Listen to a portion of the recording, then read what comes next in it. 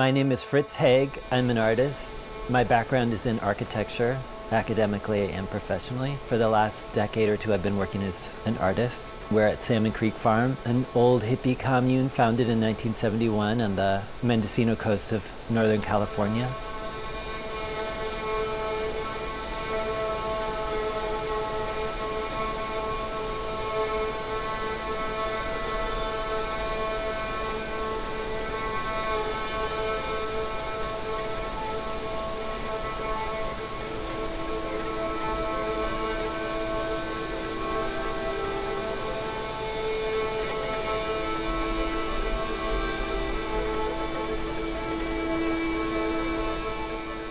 What's the history of this region? Like, you were coming across this very legible history of a hippie commune and a way of life that had been developed over a number of decades. But when the hippies arrived, what preceded them? They were moving into a landscape that was cheap, that was just logged, and into a milling industry that had collapsed because they had taken down all these 2,000-year-old redwoods, and entering into a place that was a bit forgotten, and like all post-industrial landscapes was, opening up for some second chapter. The hippie communes were working with the detritus of a previous generation, but you are also kind of entering into that layered history. And here we are experimenting with new ways, or even returning to ways of living together. And I'm wondering if you feel like you're kind of strangely in palimpsest with these different histories of the logging industry, or how we as a culture relate to the forest and make use of its products. Most of the work that we've been doing here for the last 3 years has been at a very modest scale with shovels and picks and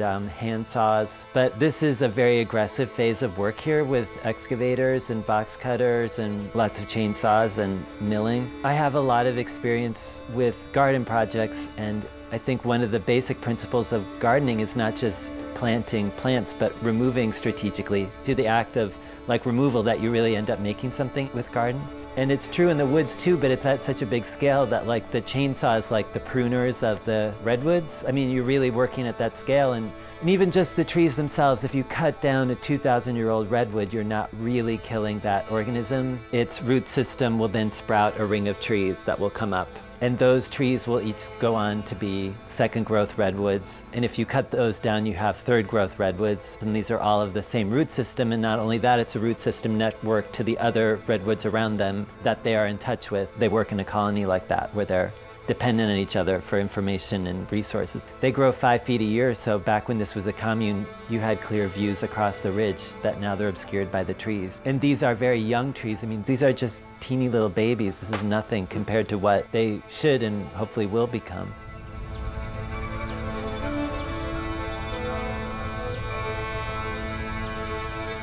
I was hoping you could tell us a little bit about some of the projects that have been happening here at Salmon Creek. From day one here, my fixation was on making a building, making a big gathering hall. I think I still can't shake that architect training in me to think that the ultimate form of human placemaking is a building. It's been 3 years of constant agonizing over these structures and designs, and it wasn't until last winter I was visiting my friend Andrea Zatal, who's an artist in the desert, and having this ongoing conversation with her about this place, and she just made it clear when we were talking, the last thing we need is another building. And another building up front by the parking lot. What we need is a whole network of outdoor spaces. People come here to be outdoors and connected to the outdoors. And I think it was a revelation, and always also a relief to think, yes, not the answer to every space problem is a building. So this series of places we're making is centered around this 1,700 square foot deck, like a dance deck inspired by Anna Halpern, the dancer in Marin. But it will be like our plaza, our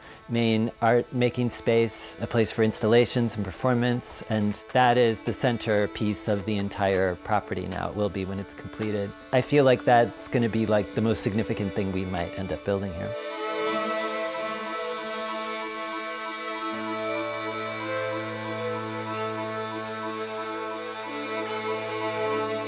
And that also raises the subject of performance, which seems to have a kind of conspicuously central role in the way things get done at Salmon Creek. When I moved here 3.5 years ago, I'd never used a power tool or any kind of carpentry tool beyond a drill, impact driver, and a hammer. And I have this idea of improvisational carpentry, which I would never have come upon had I had any formal training. But that's like part of the culture here. Every cabin has a huge stash of wood, and we use that wood to make new things. They didn't build with plywood.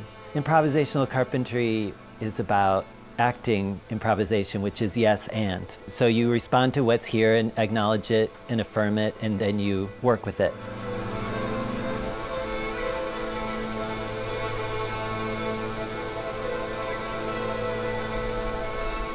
The central focus of this place is not its buildings or its gardens or its landscape or its trees or even the people. It's all of those things combined and together in conversation with each other. It's really this complex network of relationships. I think that approach to carpentry and architecture and design responds to the reality of life, that it's always changing. So I build things and we'll take them apart a year later because the situation has changed. So I like building things that are mutable and aren't fixed. So I'm not imposing some sort of design or structure on something that we have to accommodate. We don't accommodate the buildings accommodate us. And if things change, then the building changes, not the people.